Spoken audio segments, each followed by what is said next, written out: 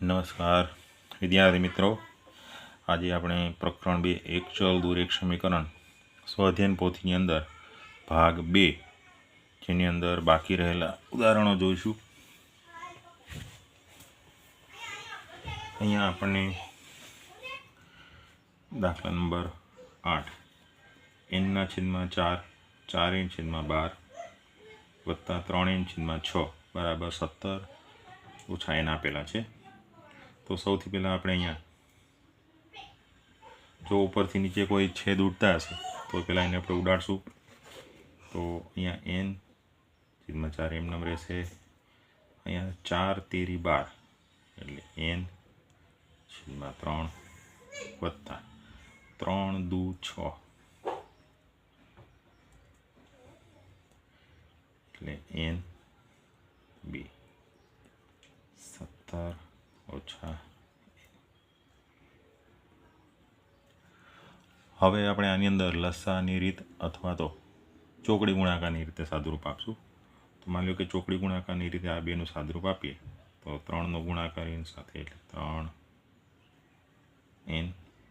ઓછા 4n, છેદનો ગુણાકાર છેદ સાથે એટલે 4 તેરીને 12 વત્તા n/2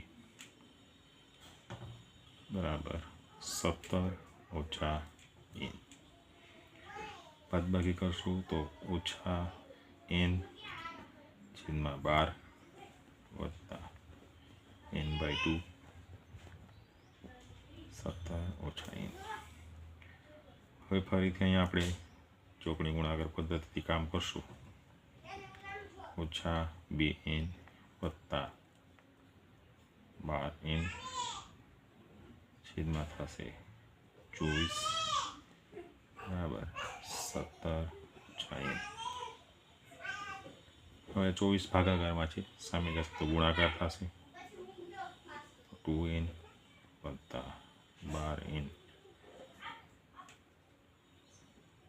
24 17 ઓછા.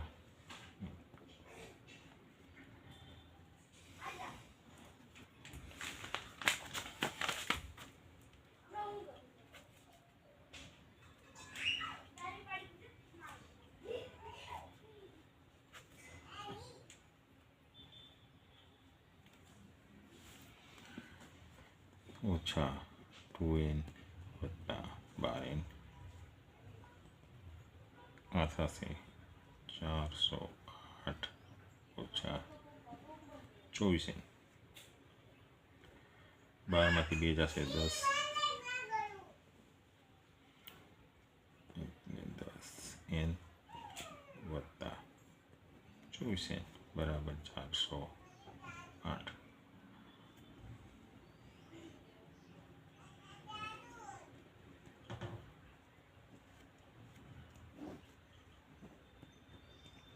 સો 8 આएगा 34. આપણને મળશે n બરાબર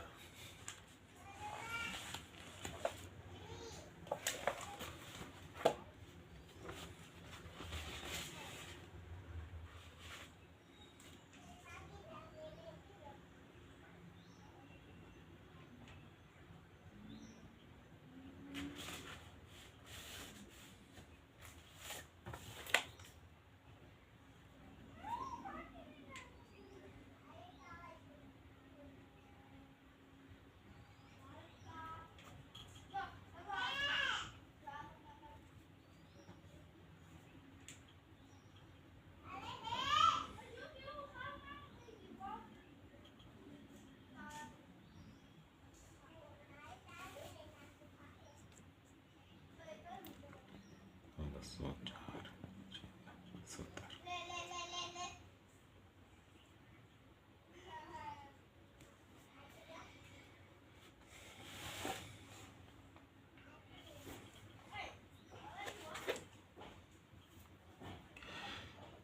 ત્યારબાદ આપણે 9મો દાખલો જોઈશું. 1 ઓછા 4x 2 ઓછા 5x. 1 ને ઓલી બાજુ જવા દઈશું, x ને આ બાજુ લઈ લઈશું. ઓછા 4x 5x બરાબર 2 તો x બરાબર 1.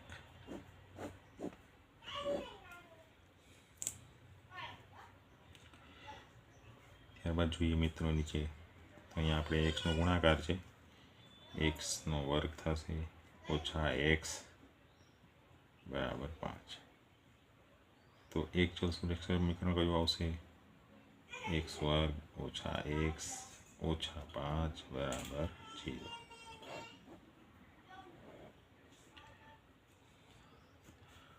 અમને આશા છે આપને સમજાઈ ગયું હશે. હવે વિદ્યાર્થી મિત્રો, અધ્યયન નિષ્પત્તિ પ્રમાણે સર્વગ્રાહી મૂલ્યાંકન કેવી રીતે થશે? તેમાં પ્રશ્ન 1ની અંદર પહેલું છે 5 અને બંનેમાં 5 મૂકવામાં જવાબ કેવા મળશે? સરખા. તો અમે એ પ્રમાણે કરશું.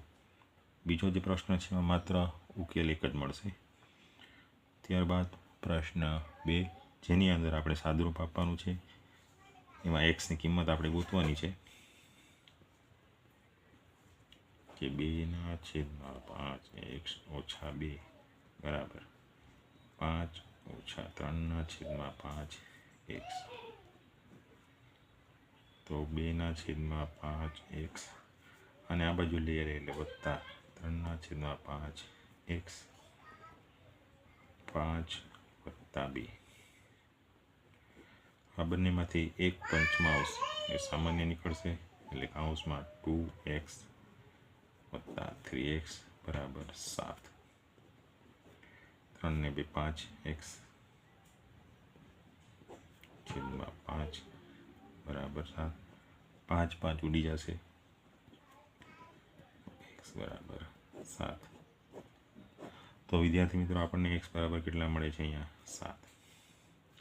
એવી જ રીતે અહીંયા yનો ઉકેલ મેળવશું આપણે. 2y બરાબર 5y ઓછા 18